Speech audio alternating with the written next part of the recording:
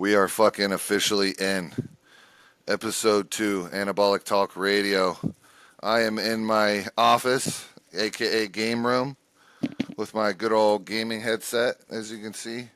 We're just having some technical difficulties with me using my other setup in the living room, so this episode I'm going to be sitting in here, right on, with my little cardio machine in the back, with my sweaty ass fucking sweaty shit that I wear while I do it. Oh yeah, and my water jug by Gallon Gear. Anyways, guys, so episode 2 we're about bodybuilding and our relationship with food and how important it is to have a good relationship with food. I talk about it all the time. We all can't be like Fielder, who just stays lean and grows year round. I wish we could. He's a genetic freak, but anyways, we're going to go ahead and list off the questions that we get for the past week since we posted our last episode. I'm going to ask the question, and I'm going to let Fielder go first, and then I'm going to go. So, first question is going to failure each set important for muscle growth? Complete failure. What do you think? Not for each set, no. I mean, for every exercise you do, you should have a minimum of one failure point, which is usually going to be your last, actual set. Within the exercise. Yeah, within the exercise. Right. So, I was just talking about this the other day. I'm a fan of the Mike Mentzer approach, where it's like everything is considered a warm-up until you're one hardcore working set. That's a good way to put it, especially if you're new. But all of us seasoned lifters tend to go a little bit more crazy with it, where we're doing basically failure warm-up sets all the way to our maximum failure set. For real. So, can you hear me all right? I could hear you Good. perfect. Good. Like I said, guys, we're dealing with some issues with the mic, so we're trying to get this right. But we still want to produce content for everybody, so we're not gonna, we figured it out, so we're dealing with what we got, as you can see. And during this process, Fielder's shirt caught on fire, and now he has no shirt. All right, dude. So failure each set. I completely agree with what you said. All right, so let's say you got 4 exercises. We're doing chest. We got incline press. We got chest flies with dumbbells. We got lower pec flies with dumbbells, and then we got something else. Whatever. We have 4 exercises. All of these exercises have sets within these exercises. Let's say we have 3 sets with each exercise. Set 1 would be 1 rep RAR, meaning almost failure. Set 2 would be almost failure. Set 3 would be complete failure. Right. And that's what Fielder was saying. On your last set of your exercise, so set 3 in this case, that's when you go to complete absolute failure with no reps in reserve. Something I like to kind of chime in on that is I like to call this failure phase 1 and failure phase 2. It's pretty cool. And Fielder, we work out together, so Fielder helps me get to failure phase 2. You have to have a spotter in order to make it to failure phase 2, and I'll explain it. So failure phase 1, let's go back to chest. So a pressing movement. Obviously, your spotter would be behind you, kind of doing one of these numbers. Failure phase 1 would be you going to complete failure on your own, and you can't go any further, and you're either about to rack it, or you're about to slam it on your chest and do the twist of shame to get the fucking bar off you. That's failure set. That's phase 1. That's where you can't do anymore. Now, failure phase 2 comes in when your homeboy puts those hands on those bars, in this case Fielder, and he helps you go to failure with him. Failure phase 2. So there's phase 1 on your own, phase 2, he helps you get there. Now you've hit everything from all angles. You went past failure. Failure phase 1, phase 2 is just a term I like to use. It's easy to digest. It makes sense. I like to keep shit simple. But yeah, that's the best way to answer that question. We're moving on to question number 3. Best bulking cycle. Woo! What do you think, bro? I mean, like earlier, I was having this conversation as well, and it's basically like I'm still learning it for myself, but the basics are where it's at when it comes to bulking. You got your Sustanon, you got your Deca, your MPP. Um, you could even put an oral in there, like a D-ball, Echo voice. Equipoise. Fuck, man. Yeah. I mean, I run that shit high as hell. Yep. Um, You can even run prima bowling. You can run that oh, on or you can run that for bulk or cut. I mean, you could run that year round if you know how to do it properly. That's what I do. It So, keeps me juicy. Yeah. So pretty much, I agree completely with what he said. Keep it simple. Go to the basics. Use the shit that's been around for a while, guys. Now I get it. There's a lot of people like to experiment with stuff. This is just my personal opinion. I'm not telling you guys to try this. I'm not telling you what the best thing to do is. We're just saying what works for us, and it's just our opinion. All right?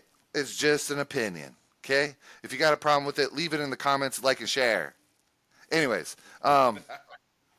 no. So my personal opinion on bulking cycle, NPP mixed with Deca, front load the NPP, go straight into a full on Deca blast, Sustanon between 500 or 1,000 mgs a week, NPP between 4 to 1,000 to 700, depending on your absorption, depending on how long you've been on, how you react to it, depending on your lipid levels, your blood work. A lot of it depends on dosage. I always like to say less is more, but sometimes more is going to get you to where you need to get. So, there's the kind of it's a double-edged sword type of thing. So yeah, anything that's going to make you very watery is amazing for bulking. Deca, NPP, D-ball, stuff like that. It's just gonna make you get a moon face, just big and round like I am right now. Basically a fucking walking balloon, right? Those are the things that get you strong as fuck. Put some creatine in your drink and some branched chain aminos and a little bit of pre-workout or whatever, cocaine, whatever floats your boat, and you're gonna get gigantic as long as you know how to work out, which I know most of you pussies don't. Anyways, that's why you're watching us. I'm just kidding. oh shit. Anyways, we're going to go ahead and move on. So, our topic today is bodybuilding and our relationship with food. This is a huge topic for me personally because I am a foodie. Now, I know Fielder has a background where we actually shined light on it a little bit on episode 1. But maybe you can kind of tell us a little bit about what you went through with your bulk that kind of changed the way you look at a bulk and why you do the things you do now to keep you into the lean bulk that you do now. So, for me, I was just like everybody. I would obsess about food as I'm leaning up. I just a full food porn junkie. I mean, obsess and fantasize about everything and everything. Like I was thinking about even simple things like McDonald's. I'll be like, oh my god! As soon as this show gets over, I'm gonna have a a filet o fish with a freaking a double patty and mix match all these burgers and all this crazy shit. And then you know all that did really was just screw me in terms of my lipid panel. That in conjunction with running high, copious amounts of steroids completely shot my lipid panel. I basically was diabetic. What else? But how did you look? Oh man, I mean, afterwards, like after the show. Yeah. So after the show, when I blasted, I was more vascular and crazier than I've ever been. But fast forward 2 or 3 weeks, I become a bloated, just watery, just all my lymph nodes were swollen. It just didn't work well with me anymore. What did you But eat that you think that fucked you up the most, as far as macronutrient? Maybe not the food itself. Maybe you can shine light on that. But what was the macro that fucked you up? I think it's more like pizza type stuff, like just Fats and carbs. high processed foods and fats and you know, just that type of shit. I'd smash a Big Mac every day after the show for pre-workout, and that lasted almost an entire year. You know, it completely screwed me over, and I'm still trying to recover from that now. You know, between, and so just be very cautious, and that's why I stress lean bulking so much. It's like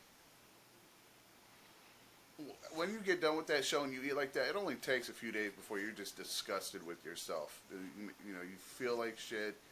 It actually kind of makes you depressed in a way, but you just that craving was there so hard that you think you got to fulfill it.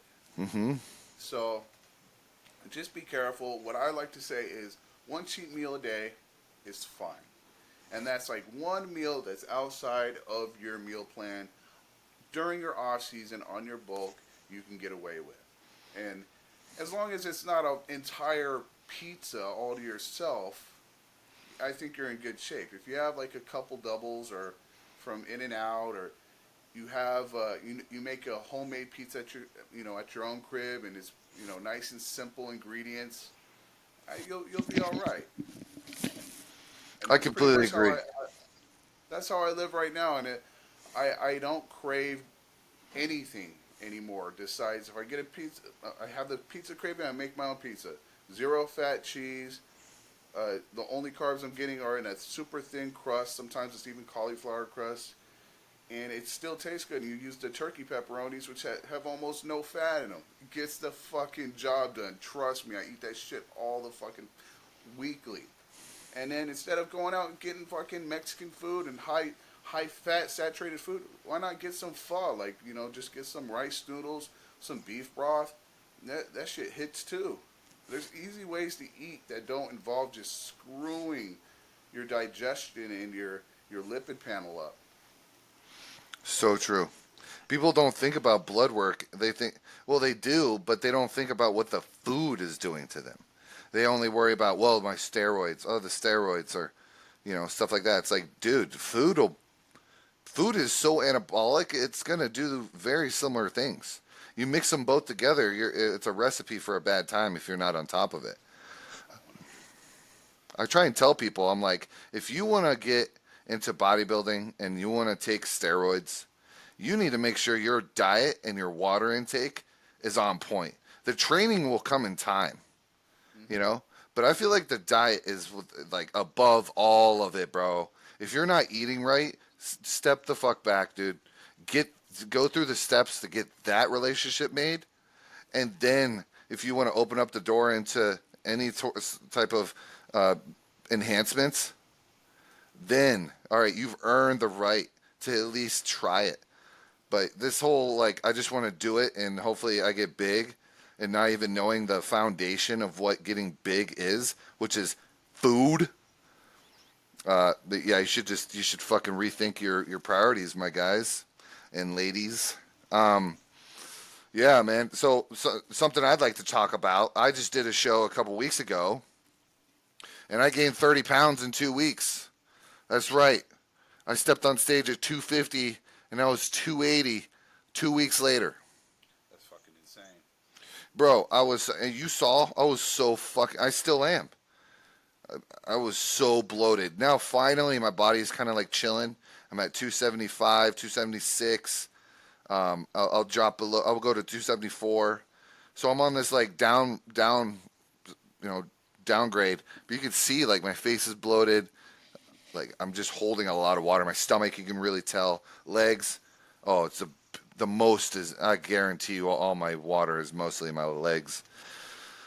But what it was from is sugar, processed foods, having that urge to eat junk, like he was saying after the show. Where I mean, literally, this dude showed up at the show with a box of Krispy Kremes, and I ate the whole thing. I ate the whole thing right there while talking to him.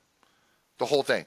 I was just like, "Oh, dude, thank you for coming. Oh, bro, these are so great. Thank you for bringing these. Oh, I love you, bro." Fuck.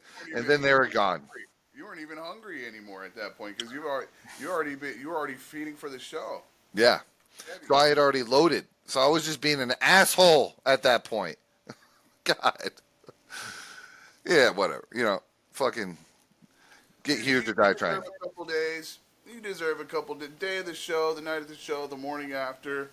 Yeah, You have free range, but you just got to be careful because you can just fuck yourself up. But I luckily, you did. didn't have any adverse reactions other than some little inflammation and some extra water, maybe a little bit of digestion unease. But Yeah, I'm having some bloated gut syndrome type shit where my stomach is always protruding. It's like I said, it's slowly getting better. I've cut out carbs later in the day, high proteins, moderate fats later in the day. That should help with bloat. I've also tried not to eat processed foods and high sugars. I've lowered my sugars to about 30 to 25 grams a day, which is all in my pre-workout meal. Um, so that's good. So these type of things are helping me. Now, something I also want to shine light on, and I know you can really agree with this. We're talking about. Sorry, my phone's lighting up at me. How we bulk. So everybody watching, and I'm sure you know who we're talking about, but we're not gonna say any names. We follow somebody on Instagram and TikTok and YouTube who has recently blown up past couple months. A young influencer, and his diet for bulking is quite quite interesting, quite mind blowing, one might say. quite trash. It's quite trash, to put it bluntly. I would never bulk the way this kid does. He looks great, and he's probably doing the damn thing. And he probably might even know what he's doing. But coming from somebody who studies this shit, trains people, puts people on stage. I've gone on stage 8 times now. Um, I like to say I at least know a little bit about nutrients and macronutrients and how it affects the body and foods and different stuff like that. Sugar is let's just talk about sugar. This dude's sugar intake is, bro, it's got to be like 200 a day. Uh, I almost couldn't even. I couldn't really measure it. I don't because he's eating things that I've never even considered eating for bodybuilding, like chocolate milk, and so that's a whole other thing. Dairy is already fucking extremely inflammatory. So you mix dairy and sugar, I'm So just like, yeah, bro. So you want to talk about here? Let's go a little deeper. Let's dive into some fucking anxiety-inducing type shit.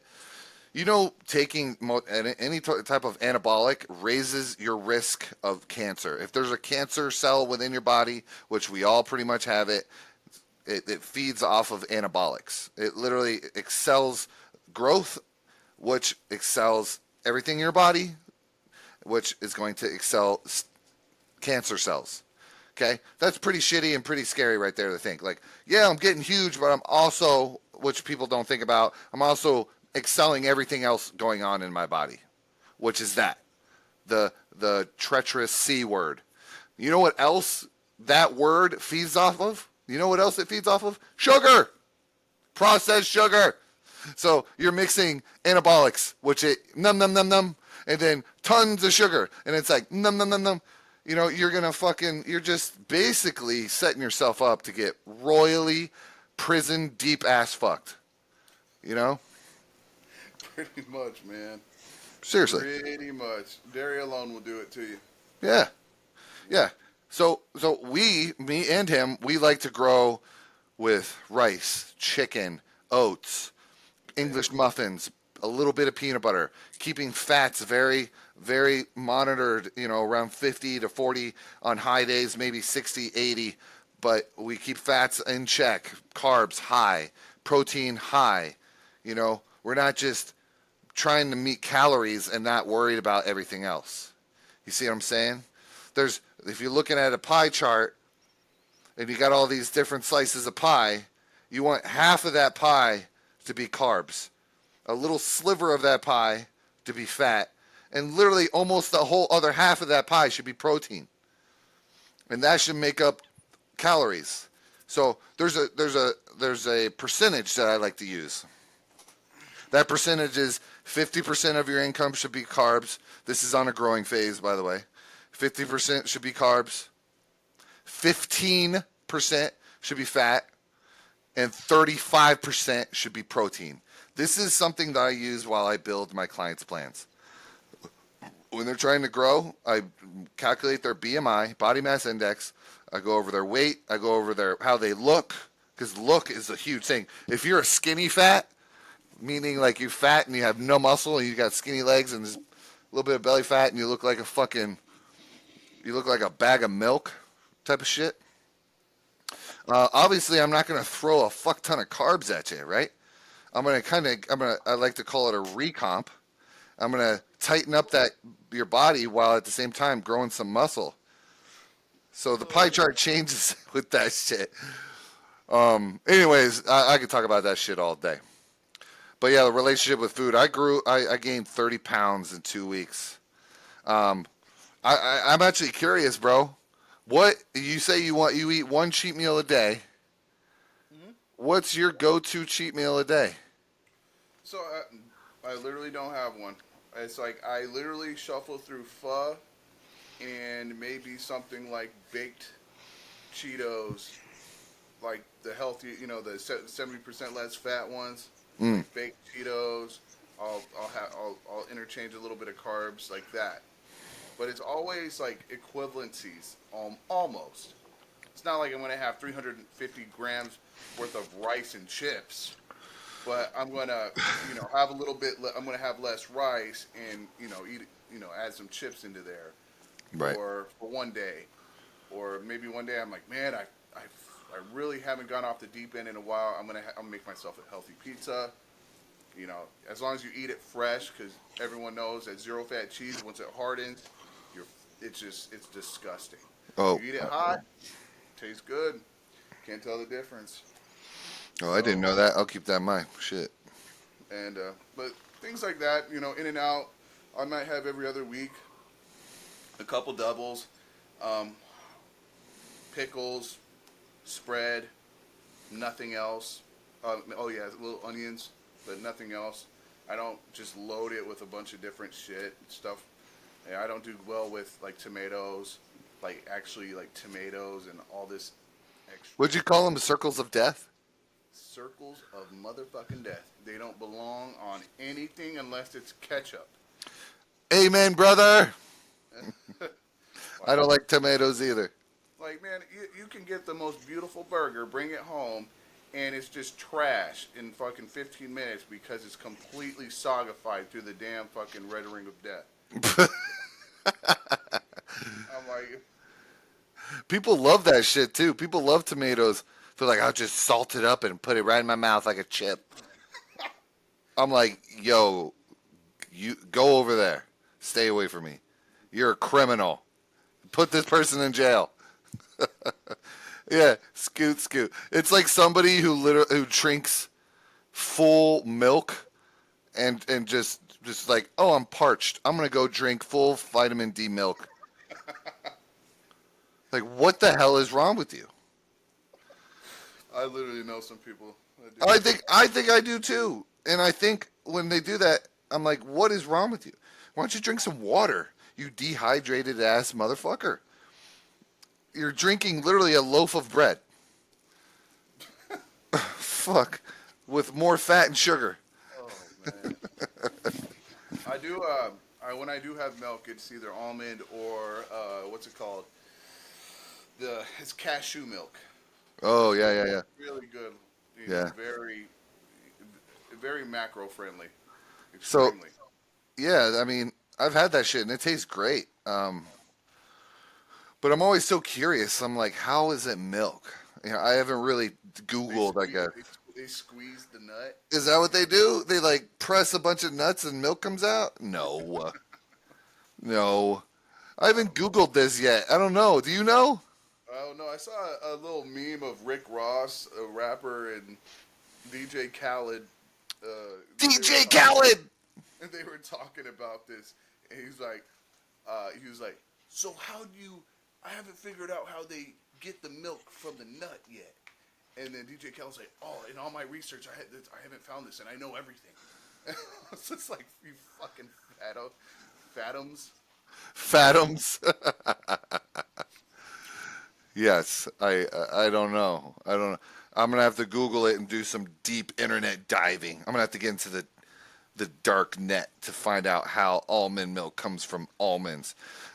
I'm gonna find out that there's like a deep there's gonna there's a dungeon somewhere where they have like almond cows with like spliced DNA where they're half almond, half cows, and they just pull on their almond cow udders. They just crack the udder open. Yeah. Like, what the fuck is this shit? They're all fucking like half robotic, like cyborg cows, almond. Anyways, Almond, yeah, almond shaped eyes. yeah. Hey guys, if you're watching this and you're shaking your head like, what the fuck? Stay tuned. We're just getting started. Oh man. All right. Anyways, yeah, I would like to kind of shine a little bit more about the relationship with food and being a bodybuilder. Now, obviously, we already went. I got a question for you. Yeah. How did your rebound go after your first show? Oh, that's such a great question. I actually remember it. So, my first show, I dieted super hard. I got the leanest I've ever been in my whole life. I was 27 years old. Just to kind of veer off, I was going through a breakup. 4 weeks out, the girl I lived with, I caught her cheating on me, and so I kicked her out. And then she had to live with me for I think 4 weeks until the show, and literally like maybe the day before the show or somewhere around, I can't remember, it was so long ago. But around the day of the show, she finally moved out. So we broke up, and I lived with this bitch for fucking every night. Dealt with bullshit. I'm 4 weeks out and depleted. I'm getting somewhere with this. Anyways, I was like super stressed out. You know, it sucks. And she tried to deny that she cheated on me. I feel it in my gut. You know that everybody watching. I know you get that gut feeling, and you're just like, I think something's up. Usually, you should listen to it because I listened to it and I ended up being right. I just had a gut feeling and wake up in the middle of the night of her crying at the edge of the bed because I would make her sleep on the couch. It was just brutal shit, you know, no sleep. Anyways, I finally stepped on stage. I did great. I came first in my class and second overall in men's physique. I weighed 178 pounds. So I was just shy of 180. It's big for a first show. Yeah, pretty big for a first show. I'm 5'11", and I was natural at the time. So I had basically just showed off what I had built since I was 20. So 7 years of lifting, pretty intensely. And after the show, I cut loose, bro. I ended up having to go to the hospital. Yeah, man. So here's the story. So I cut loose, went out to dinner with my family, my dad. I think we went to Cheesecake Factory. It seems to be like the ritual. And then afterwards, I believe I went to the gas station, bought a bunch of junk food. Then I got really stoned. And then I ate more junk food, maybe ice cream. And then I do remember going to Village Inn later at night and grabbing a whole pecan pie. And that's when I got really fucked up. That pecan pie, excuse me, my stomach was hurting so bad I couldn't leave the restaurant. And I was with a girl that I was friends with at the time. I never ended up dating her. We're just friends. But she was hanging out with me. And she ended up being like, dude, you need to let out a big old fart or something. Like, you look like you're in pain. Little did she know I had the biggest fart gas inside me, and I knew that, but I wasn't about to tell her that. I should have just kind of creeped over to the bathroom and was just like, fucking tromboned that thing out in the fucking, let it echo. No, Yeah. dude, In the restaurant? in the restaurant, yeah. Oh, I ended shit. up shuffling my way out of there and saying goodbye to her and getting in my truck and being like it was just so billowy. Like my stomach, you could see my stomach going down as the fart gas is coming out of me. Yeah, that was really bad. The next morning, I was so inflamed. My ankles were huge. My shoes wouldn't fit me. Um, I felt sick. Stomach was all fucked up. And I had no appetite. I had to go to the doctors because I couldn't make a fist with my hand. It was swollen. Um, I had horrible acid reflux. I just felt like shit. And I think I was dehydrated too. That was another thing. I didn't take a diuretic. I took a natural one that you can buy over the counter. I just didn't drink any water after the show. I like sipped, I guess. I don't know. I can't remember. You're But I was worn super. out. Yeah, I So, was. so you want soda and shit. Yeah, I had overdosed on sugar and carbs and fat, and was dehydrated, and I had to go to the hospital because I felt like shit. And they ended up telling me that I was like, if they're like, this is how edema happens. Do you know what edema is? Oh, isn't that extreme swelling? It's basically when you swell so much or some shit like that, you can start getting like rotten flesh. Ooh. Yeah. So basically, what edema means is rotten flesh, alive rotten flesh, living. Um, and you can get that from that. Like you can get like some sort of disease. I don't know the details. I'm not going to sit here and act like I know what the fuck I'm talking about. But I just remember her using the word edema, and I was like, "Say what, bitch? I know that word. That don't sound good." Only because there's a fucking metal band called Edema, and it was really good. And I googled what edema meant, and that was what it meant. So, No, did they de-swell you? nope. They said they are the ones that got me onto dandelion root extract. They're like, go to the store, buy some dandelion root, take 3 servings of it to the face, chug extra water, stay away from shitty foods. And I did everything except for the shitty foods part, and it slowly went away. And I bulked up to 230 after that. So I gained 50 pounds, and I think it took me about 6 months, and then I did another show at the end of that year. So it must have been shorter. It must have been 4 months, and then I jumped right back in the prep. So that was March, and then it was March and November. No. This Yeah, is very similar to mine, man. yeah, Almost very, very similar. really. Very, very similar. It's just like I said. I just had swollen lymph nodes, which it didn't go into my ankles or my joints. It just literally like It all the smells all like, the lymph in my body were just like grapefruits. yeah, But man, 30 pounds. You said 50 pounds. 50 pounds after your first show. Yeah, That's pretty epic, but it actually. wasn't in 2 weeks. It was within like, Well, but you usually get that first 15, 20, right? Within that oh, first 20 week. easily, and then it just slowly ramped up after that initial 20. But 20, 15 easily, bro. Like 1 or 2 days. I've gained 10 pounds in one day, no sweat. Well, definitely lots of sweats, but from eating too much. That's why I'm sweating. So yes, sweat. Guys, this might sound off like fun and like the experience bodybuilding, you get done, you eat whatever you want, and they survive through it. But don't do this shit. Take this shit nice and slow. Like, take it slow. Maybe right after the show, since you're so sensitive, go get some like sushi, and then or if you do want that one bad meal, just get that pizza out the way quick, and then start easing back into some normalcy within the bodybuilding diet, because you guys will regret it. We're lucky we got away from this pretty unscathed, but who knows how this ends up in the long run? So true. Like who knows the stress that I'm putting on my organs because I mean I just got off stage 3 weeks ago, and I'm 280 and I was 250 on stage, not even a month ago.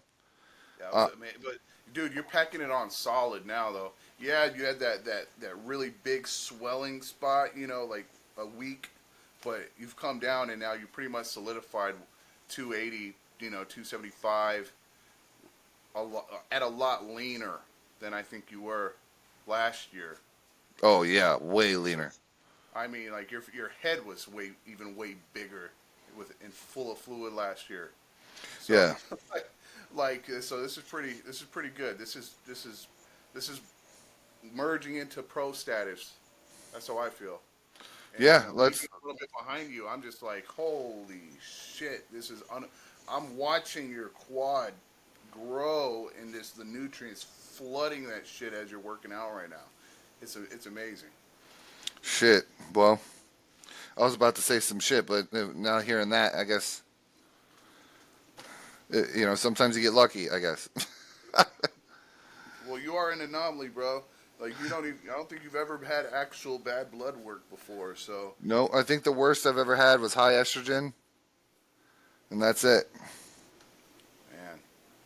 Oh, good topic, real quick. Ian Valier's retirement. Oh yeah, bro. Everybody who's watching, Ian is retired, bro. Ian Valeri, or however you say his name, Valier. Valier, or whatever. Valeri, Valier. Ian, bro, what are you doing? What do you think about this, bro? You know, what was he like 33, 34, something like that? Yeah, let's check it out. It's an absolute shame because he has muscle that nobody, what 99% of people won't ever achieve, right? Not only that, but he's so fucking dry all the time. He gets so fucking crispy. In my opinion, I think he looks crispy as a mug. You know Didn't you that say he last, didn't like his calves? you know, he has things that are missing. That's for sure. But it doesn't mean he's not a great bodybuilder. You know, like I'll never sit there and be like, you know, just not give props where props are due. Pretty much, he's won a shit ton of shows because he is unbelievable. But like you put him next to like Andrew Jack or somebody who doesn't have those missing elements, yeah, he gets exposed. But man, he's I would I would I would definitely would not give it up quite yet. I know a lot of people retiring at before like right at 30, especially a lot of the older guys would do that. Back in the 90s. Not like the Olympia top five, but a lot of bodybuilders in general would kind of give it up quick. But Not me. I'm just getting started, bro. man, I say keep it going, man, or at least maybe take some time to heal because I have heard. Damn, he's a year younger than me. Fuck, he's 32. Whew, God, I'm old. I'm Fuck. 31. He's only a year older than me, and I haven't even got my pro card. So it's like, man, I'm getting started myself. When am I gonna be done with this shit? Bro, this video says Ian Valeri has announced his bodybuilding career is officially over and he is retiring. And it looks like C-Bum is next. I guess, I did see a Chris Bumstead update where he was like saying that he was dealing with some extreme yeah. stuff. Yeah, He, like he was running into some crazy shit at the beginning of this prep. And he's glad that it's hitting him now so he can kind of cruise the rest of his prep. And he wasn't specific. At least I didn't see the part where he was. And that's just brutal because he's always dealing with some shit. Like he was dealing with that autoimmunity immunity shit, And I'm sure he's dealt with other shit that I don't know about. The guy is a fucking badass. He's a great icon for the sport. I love his look. I love his presence. I love even everything about him. I have no complaints. I wish that we could get like 5 more Olympias out of him, though. this might be a retirement Olympia, maybe. I think it is, bro. He's definitely going to do it. He's not going to cut loose like Ian 10 weeks out, but man, like he got some stuff going. You see that gym he just opened? Like he just created a new gym, Yeah, his own personal little warehouse gym. yeah. I was like, that is beautiful. Well, I've been looking at those steel warehouses for a minute, trying to piece together the perfect little gym. And he did it in like, I think he had those guys at Pure, what was it called? Pure, Pure Muscle in Canada. They're like the Mm. they're like the go-to in Canada for a gym. You know, in terms of a gym, they Right. have like the big square footage or some shit like that. But I think they help people piece together like the perfect gym layouts, Mm. and I think they did that for him because he has some like plates and stuff from them. So man, that might be the way Shit, to wouldn't that be go. dope if we opened up our own gym? Hell yeah, man. That's any bodybuilder's pretty much dream, That's my especially dream. especially if you coincide with personal training. Yeah. Oh, definitely. So I just feel bad for Chad. You know, I don't want to. I'll be pulling people from. I don't even want to talk about it. I don't want to talk no, about it. man, this is future talk, man. Yeah. Right now we got a perfect rhythm Yeah. where we're at. So Yeah. I don't. Yeah. let's I ride love it into Fitness One. I love Fitness One, and I love the community, and I love Chad, the owner. That's all I gotta say. What up, Chad? What up, Chad? What up? For those of you who are in the Phoenix area or who like to visit the Phoenix area, check out Fitness One. It is our home gym. Me and Fielder train there almost every day. I work there. I'm there about 10 hours on average, 6 days a week. I love it. It's very, well, I even got the shirt on for it. It's very America. Fuck yeah. Which I love. Coming from a Harley rider that loves shooting guns and, patriot like myself, fucking throw that shit in my gym. Fucking keep that shit anabolic as fuck. But yeah, guys. All right, so we pretty much covered everything that we needed to for this episode. Talked about our relationships with food, how it can affect you after the show. We talked about how bulking is definitely way smarter when calculating your macros, staying away from dirty bulking, sticking with good healthy foods, rice, chicken, ground beef, oats, whatever it may be. There's lots of food out there that's healthy for you. Definitely, guys, something I also want to shine light on, electrolytes. If you're sweating a lot and you're using the sauna and you're sweating out all those electrolytes, make sure that you're taking them back in. Super important. You will realize how fucked up you've been daily because you haven't been utilizing that micronutrient. So there's macronutrients and then there's micronutrients. Electrolytes are considered a micronutrient. Utilize them, guys. Throw them into your diet. Drink them once or twice a day. It's no bullshit. 5% Nutrition, who I'm sponsored with, has a great, I think they're called hydrolyzed. No, they're called, I think they're literally just called electrolytes, actually, now that I think about it. Right? It's like hydroelectrolyte or some bullshit. Either way, you would think I would know this. Yeah, those little packs. You would think I would know this because I'm sponsored with them. But I dropped the ball. I forgot. Sorry, guys. Anyways, check them out, guys. Use my promo code. Shoot me a text on Instagram if you want to know what that promo code is. Anyways, Fielder, you got anything else you want to shine light on before we get out of here? We're closing on 45 minutes. Nah, man, that's it. I think we're good. Stay Cool, healthy. bro. Stay healthy, y'all. Stay cool. Lift big. Eat big. And let's get huge together. All right, guys. Have a great day. Stay tuned for episode 3. I'm going to be posting a questionnaire on my Instagram. Ask some questions you want us to put on our episodes. These episodes will get better as we do more. We're just getting started. So if you want, tell us how we can do better and what will keep you guys watching and stay more satisfied. We're doing this for all of you. This is for all of you to help spread awareness with everything we're talking about. And also, keep in mind, guys, this is just our opinions. This is just our opinions. We're not professionals telling you how to do it. This is literally, we're just two fucking bodybuilder schmucks trying to make it just like you are. We just happen to be 10 times bigger and better looking than you. All right? So, anyways, guys, peace out. Have a great day.